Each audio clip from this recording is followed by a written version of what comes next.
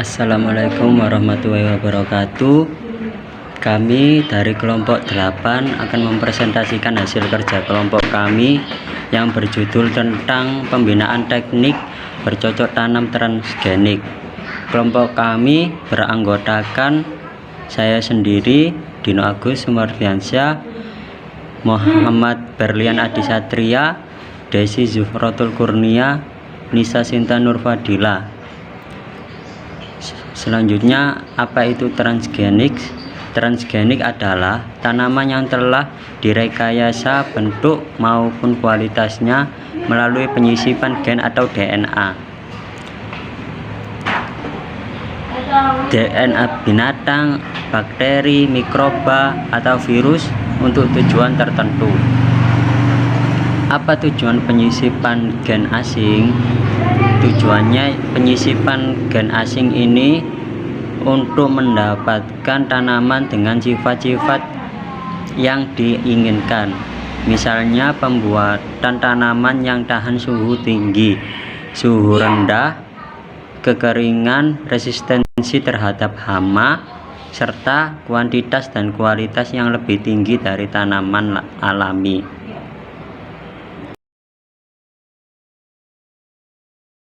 Hambatan yang selalu mengancam adalah serangan hama dan patogen. Kerugian yang disebabkan oleh hama dan penyakit tanaman diperkirakan mencapai 37% dari total produksi, dan 13% diantaranya karena serangan hama. Di Amerika Serikat, kerugian akibat serangan hama jika diuangkan mencapai USD 7,70 miliar per tahun, atau rupiah 61,60 triliun per tahun. Keunggulan tanaman transgenik: 1. Tahan terhadap serangan hama. 2. Dapat menghasilkan produk lebih dari sumber yang lebih sedikit.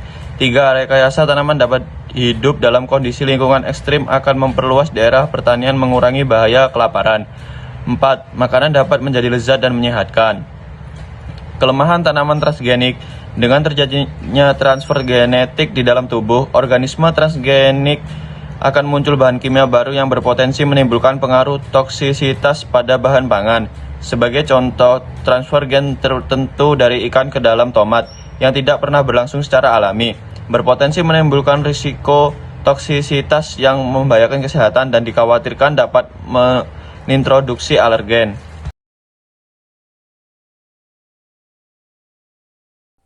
Padi atau Oryza sativa L merupakan komoditi pangan yang mendapat prioritas utama dalam pembangunan pertanian. Seiring dengan peningkatan jumlah penduduk, maka kebutuhan akan beras di negara kita juga terus meningkat. Dan untuk mengatasi kebutuhan beras yang terus meningkat, maka diperlukan upaya keras dalam peningkatan produksi beras, baik kualitas maupun kuantitas. Program perakitan tanaman transgenik tahan hama terdiri dari: yang pertama, entomologi.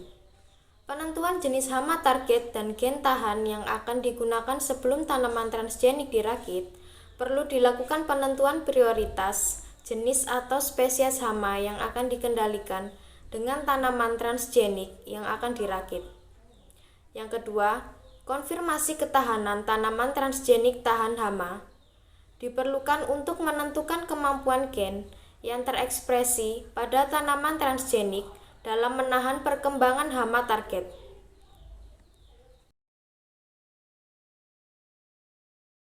Yang ketiga, entomologi diharapkan dapat memberikan informasi mengenai cara memantau hama yang dapat dilakukan oleh petani. Pemantauan ini penting untuk menentukan perlu atau tidaknya petani menyemprot pestisida untuk mengendalikan hama pada pertanaman tersebut. Yang keempat, kultur jaringan. Ahli kultur jaringan diperlukan dalam penyediaan sel atau jaringan target, transformasi dan seleksi, serta regenerasi sel atau jaringan transgenik. Yang kelima, penyediaan sel atau jaringan target.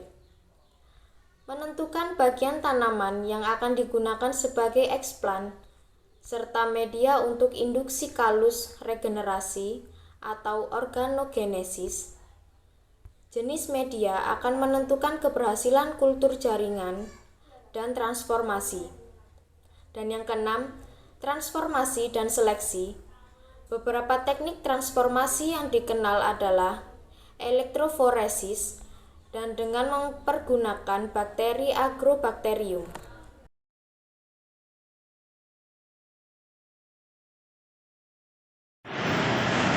Di Indonesia, perakitan tanaman transgenik telah dilakukan di berbagai lembaga penelitian, antara lain di Balai Besar Penelitian dan Pengembangan Bioteknologi dan Sumber Daya Genetika Pertanian dan Unit Penelitian Bioteknologi Perkebunan yang berada di bawah Badan Penelitian dan Pengembangan Pertanian serta Pusat Penelitian dan Pengembangan Bioteknologi Lembaga Ilmu Pengetahuan Indonesia atau LIPI, dan pusat penelitian antara universitas seperti di Institut Pertanian Bogor atau IPB.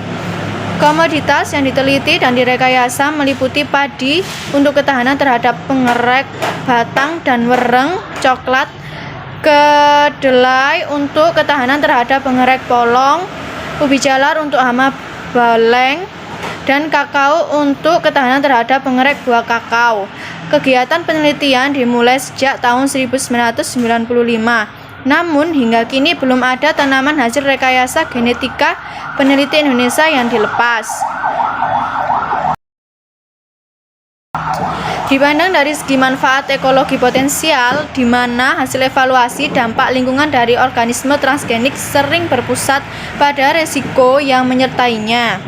Hal ini dapat dibenarkan karena setiap teknologi baru dalam skala besar memang memiliki resiko dan konsekuensi yang tidak terduga. Namun, sejumlah argumen memperlihatkan adanya dampak lingkungan positif dari produksi skala besar tanaman transgenik. Sedangkan dalam kegiatan mengurangi dampak lingkungan dari pestisida, di mana herbisida dan pestisida memiliki potensial bahaya bagi pencemaran lingkungan, sementara tanaman transgenik dapat menurunkan penggunaan bahan kimia berbahaya bagi lingkungan untuk mengendalikan gulma dan hama. Sekian presentasi dari kelompok kami. Terima kasih.